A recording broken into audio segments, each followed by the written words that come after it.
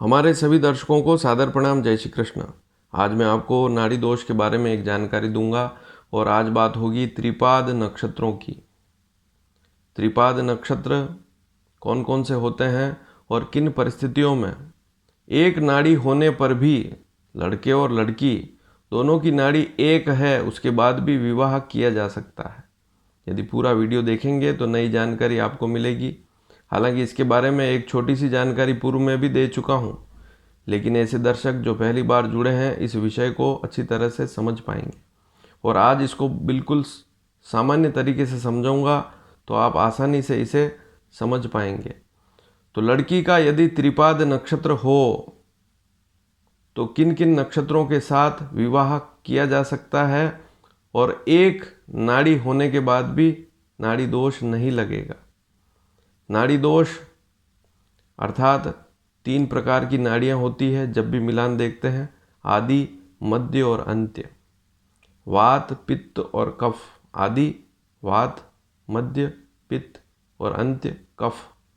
तो रोग भी देखते हैं, दोनों की एक नाड़ी हो तो ऐसे रोग भी बढ़ जाते हैं और शारीरिक समस्याएं भी रहती है, ऐसा भी शास्त्रों में लिखा है। और गंभीर समस्याएं भी होती है यदि एक नाड़ी हो तो। लेकिन आज जो स्थिति देखेंगे इससे आपको पता लगेगा कि आप एक नाड़ी होने पर भी लड़के और लड़की दोनों की एक ही नाड़ी है। जैसे ज्योतिष में नियम है कि कुंडली मिलान करते समय यदि आप लड़की की नाड़ी जैसे आदि है और लड़के की नाड़ी भी आदि है तो विवाह नहीं कर सकते। यदि दोनों की मध्य नाड़ी है तब भी विवाह नहीं कर सकते।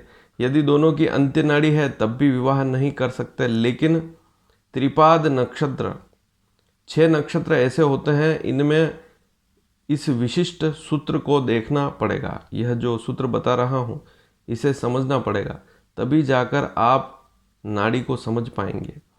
तो लड़की का नक्षत्र त्रिपाद हो। अब त्रिपाद का क्या अर्थ हुआ? 3 पैर, त्रिपाद। त्रि अर्थात 3, पाद अर्थात पैर। ऐसा नक्षत्र जिसके 3 चरण एक राशि में हो और एक चरण किसी अन्य राशि में हो। बहुत सी बार आप देखते हैं कि 2 राशियां अलग अलग राशियां हैं और लेकिन नक्षत्र एक ही है। अब उस नक्षत्र के 3 चरण तो किसी दूसरी राशि में है और एक चरण किसी अन्य राशि में है, तो ऐसी स्थिति में वह त्रिपाद नक्षत्र कहलाता है। कौन कौन से नक्षत्र हैं? सबसे पहले तो मेष और वृषभ राशि में आता है कृत्तिका नक्षत्र। यह त्रिपाद नक्षत्र कहलाता है। इसका एक चरण, प्रथम चरण जो है कृत्तिका नक्षत्र का प्रथम चरण वह मेष राशि में होता है और 3 चरण वृषभ राशि में होते हैं। इसी प्रकार से दूसरा नक्षत्र है पुनर्वसु। इसके 3 चरण जो हैं वह मिथुन राशि में होते हैं और अंतिम चरण कर्क राशि में होता है, इसलिए यह भी त्रिपाद नक्षत्र कहलाता है। फिर आता है उत्तरा फाल्गुनी।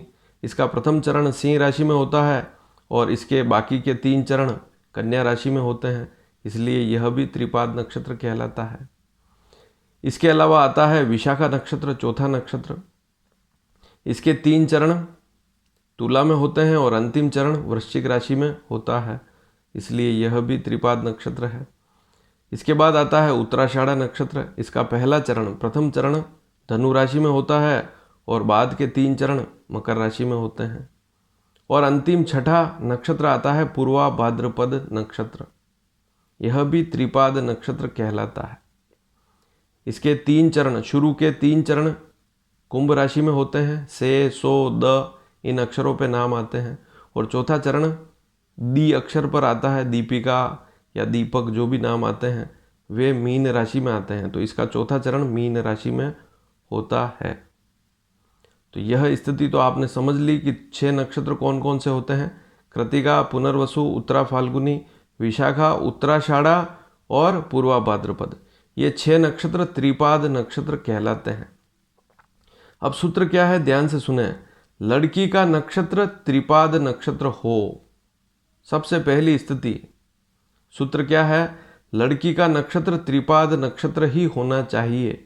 इन्हीं 6 नक्षत्रों में से लड़की का नक्षत्र हो और लड़की की जो भी नाड़ी है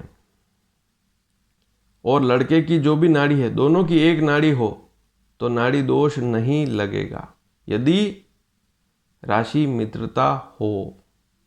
सूत्र को अच्छे तरीके से समझें, अच्छी तरह से समझें। दोनों में राशि मित्रता हो और दोनों का नक्षत्र चाहे अलग अलग हो, लड़की का तो त्रिपाद नक्षत्र में है लेकिन लड़के का नक्षत्र अन्य है और नाड़ी एक है, तब भी नाड़ी दोष नहीं लगेगा। अब मैं आपको बता देता हूं कि कृतिका नक्षत्र वाले अर्थात कृतिका नक्षत्र वाली जितनी भी लड़कियां हैं वे किन किन नक्षत्र वालों से विवाह कर सकते हैं, या यो भी समझ सकते हैं कि जिन लड़कों का नक्षत्र अंत्य नाड़ी में आता है वे कृतिका नक्षत्र से विवाह कर सकते हैं या नहीं। तो सबसे पहली स्थिति समझें कृतिका नक्षत्र। कृतिका नक्षत्र जो है उसकी अंत्य नाड़ी है, आदि मध्य अंत्य, इसमें अंत्य नाड़ी जो आती है वह कृतिका नक्षत्र में आती है। यदि किसी लड़की का कृतिका नक्षत्र है, अंत्य नाड़ी है, ऐसी स्थिति में यदि वह रोहिणी से विवाह करे, आश्लेषा से विवाह करे और इसके अलावा रेवती से विवाह करे और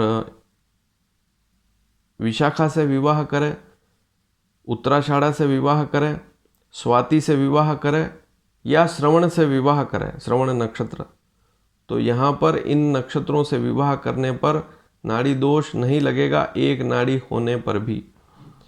देखिए रोहिणी नक्षत्र जो है उन लड़कों की अंत्य नाड़ी होती है, आश्लेषा नक्षत्र का लड़का है तब भी अंत्य नाड़ी ही होगी और इसके अलावा रेवती नक्षत्र है तब भी अंत्य नाड़ी ही होगी और उत्तराषाढ़ा नक्षत्र है, विशाखा नक्षत्र है या स्वाति नक्षत्र है, श्रवण नक्षत्र है किसी लड़के का, तब भी अंत्य नाड़ी ही होगी।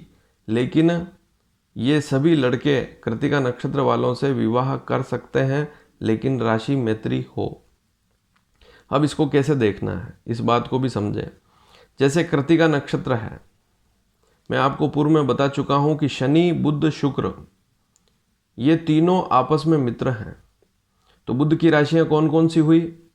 मिथुन कन्या, शुक्र की राशि वृषभ तुला, शनि की राशि मकर और कुंभ।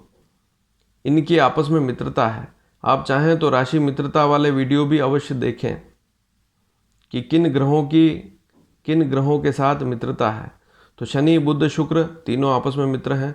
इसी प्रकार से सूर्य चंद्र मंगल गुरु ये 4 ग्रह आपस में मित्र हैं। मंगल की राशियां होती है मेष वृश्चिक 2 राशियां, गुरु की होती है धनु और मीन, चंद्रमा की कर्क राशि, सूर्य की सिंह राशि। तो ये राशियां आपस में मित्र है। सूर्य बुध में भी मित्रता है, इस बात को भी समझें। तो मिथुन कन्या राशि है, सिंह राशि से विवाह करते हैं तो विशेष दोष वाली स्थिति नहीं होती है। गुरु और शनि आपस में यदि विवाह करें तो यह सम स्थिति होती है, ना अधिक मित्र ना अधिक शत्रु। मंगल और शुक्र भी यदि आपस में विवाह करें, जैसे मंगल की मेष राशि और जैसे शुक्र की वृषभ राशि का विवाह करें, तो ऐसी स्थिति में यह मिलान सम होता है। तो इस बात को भी समझें। तो जैसे कृतिका नक्षत्र है लड़की का तो त्रिपाद नक्षत्र ही होना चाहिए, अब उसकी अंत्य नाड़ी है। और लड़के का मान लीजिए आश्लेषा नक्षत्र है, तो यहाँ मेष और कर्क राशि भी हो सकती है। कृतिका नक्षत्र में मेष राशि भी आती है, कृतिका नक्षत्र में वृषभ राशि भी आती है। तो यदि कृतिका नक्षत्र वृषभ राशि है लड़की की और लड़के की कर्क राशि है, तो यहाँ पर राशि मित्रता नहीं है, यहाँ पर मिलान उतना अच्छा नहीं रहेगा। लेकिन यदि लड़की का कृतिका नक्षत्र है, प्रथम चरण है, मेष राशि है और लड़के का आश्लेषा नक्षत्र है, तो यहाँ पर मेष राशि का स्वामी मंगल होगा, कर्क राशि का स्वामी चंद्रमा होगा। दोनों में मित्रता है, विवाह किया जा सकता है यदि दोनों की अंत्य नाड़ी है तब भी। तो इस विषय को आप इस प्रकार से समझ सकते हैं। अब जैसे दूसरा नक्षत्र है पूर्वा भाद्रपद नक्षत्र। पूर्वा भाद्रपद नक्षत्र में 2 राशियां आती, कुंभ और मीन। पूर्वा भाद्रपद नक्षत्र यदि किसी लड़की का है तो वह लड़की किसी ऐसे लड़के से भी विवाह कर सकती है जिसकी नाड़ी भी आदि हो, क्योंकि पूर्वा भाद्रपद नक्षत्र की आदि नाड़ी होती है। और वह लड़की आदि नाड़ी वाले लड़के से भी विवाह कर सकती है। किन परिस्थितियों में, किन नक्षत्रों से, आप ध्यान से सुने। पूर्वा भाद्रपद नक्षत्र वाली लड़कियां उत्तरा फाल्गुनी नक्षत्र से विवाह कर सकती है। उसके बाद शतभिषा नक्षत्र से विवाह कर सकती है। उसके बाद हस्त नक्षत्र है, अश्विनी नक्षत्र है, पुनर्वसु नक्षत्र है, आर्द्रा नक्षत्र है। इनसे विवाह करे तो एक नाड़ी होने पर भी नाड़ी दोष नहीं लगेगा। लेकिन वापस वही स्थिति कि पूर्वा भाद्रपद नक्षत्र में कुंभ राशि भी आती है और मीन राशि भी आती है। वहाँ पर राशि मित्रता अवश्य देखें। जब भी आप कंप्यूटर से मिलान देखते हैं तो ग्रह मैत्री 5 में से 5 पूरी है तो वहाँ पर नाड़ी का प्रभाव अपने आप, अशुभ प्रभाव समाप्त हो जाएगा।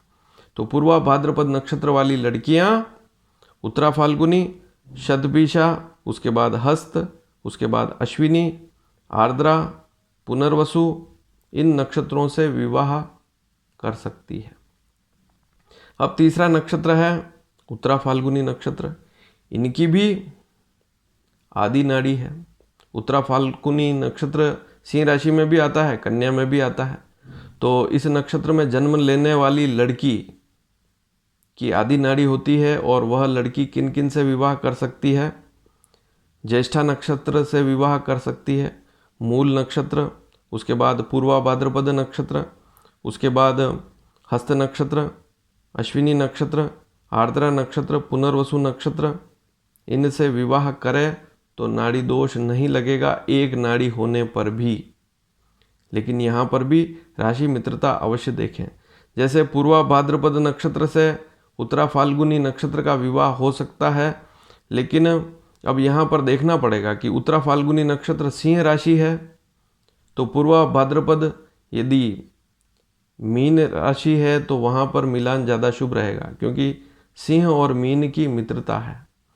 यदि उत्तरा फाल्गुनी नक्षत्र कन्या राशि है और पूर्वा भाद्रपद नक्षत्र कुंभ राशि है तो वहाँ पर विवाह करना ज़्यादा शुभ रहेगा, वहाँ पर नाड़ी दोष नहीं लगेगा।